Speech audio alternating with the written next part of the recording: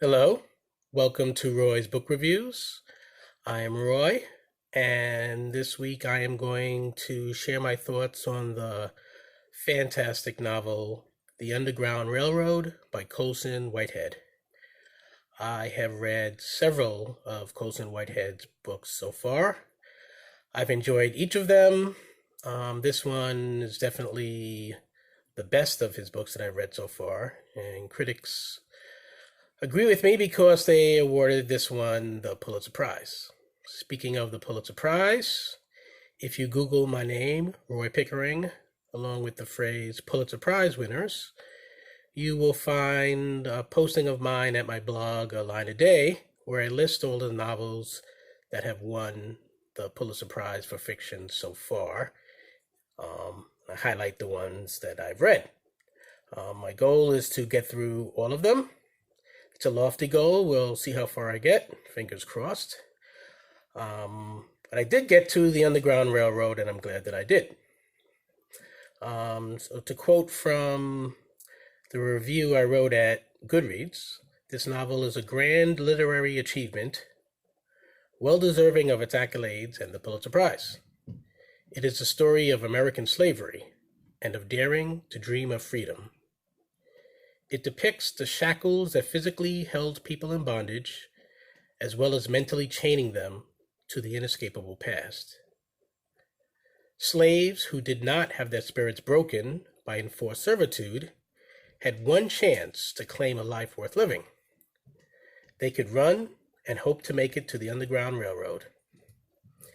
Colson Whitehead makes the interesting choice of depicting it as an actual railroad running beneath the ground, giving the story somewhat of a science fiction feel, since I'm assuming everyone who's watching this review knows that the Underground Railroad was not actually a railroad, but a path that went through various people's homes and other places where slaves could hide as they made the trek from where they were held in bondage in the south to someplace up north where hopefully they could find and hang on to freedom. So in Colson Whitehead's book, it's an actual train that slaves get on. But even though there is that aspect of it, for the most part, the narrative is a gritty, realistic one. A woman named Cora is at its center. She escaped bondage, much as her mother, who was never heard from again, did before her. Freedom is fleeting. Just as Cora has grown comfortable and believes she has found a permanent place for herself, she ends up imprisoned in an attic, hiding until found and recaptured. Once again, she escapes, and this time she finds a utopia, a community of Black people living prosperously and independently. The paradise found is only a sweet respite until it is lost. A slave catcher named Ridgway relentlessly pursues Cora, even though the man who hired him to find her has died. So he's basically doing it for kicks. His determination to return Cora to bondage is a match for her desire to live on her own terms rather than those dictated by a barbaric society. Yet Ridgway can hold Cora captive to no greater degree than one can grasp the wind. Once again, she escapes.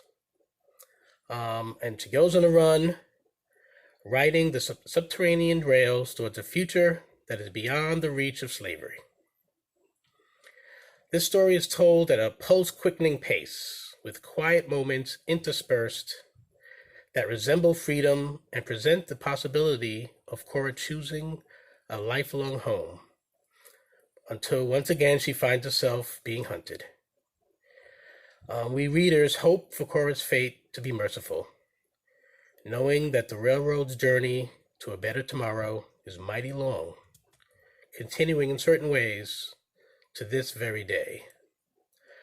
There's been a lot of storytelling about times of slavery in novels as well as film, as well as TV series. It is a subject that writers will return to time and time again for pretty obvious reasons. I mean, there is plenty of drama and tension and thrills and danger and heartbreak and tragedy and love and hate and just every element of drama that you could possibly think of, um, that you could build around a story that is set during the time of American slavery.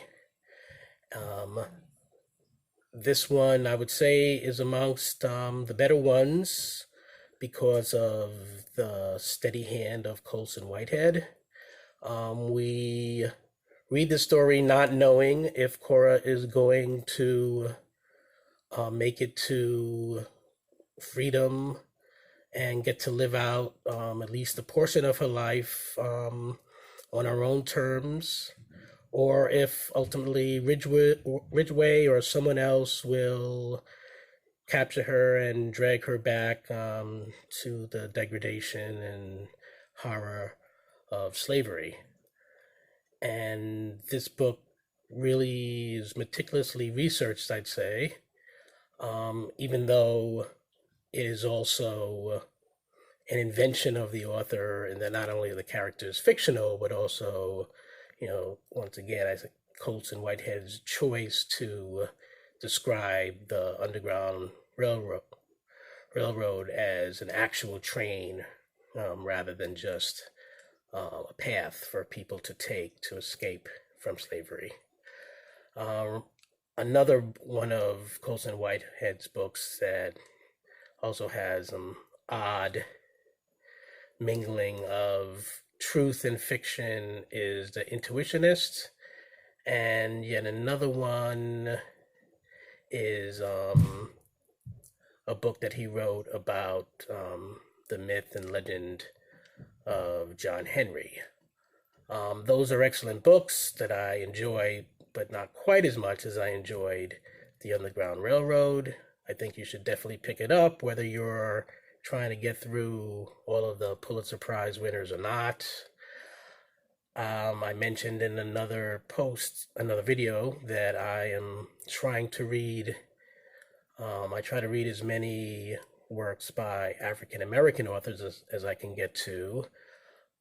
Colson Whitehead is one of our finest African American writers at this time.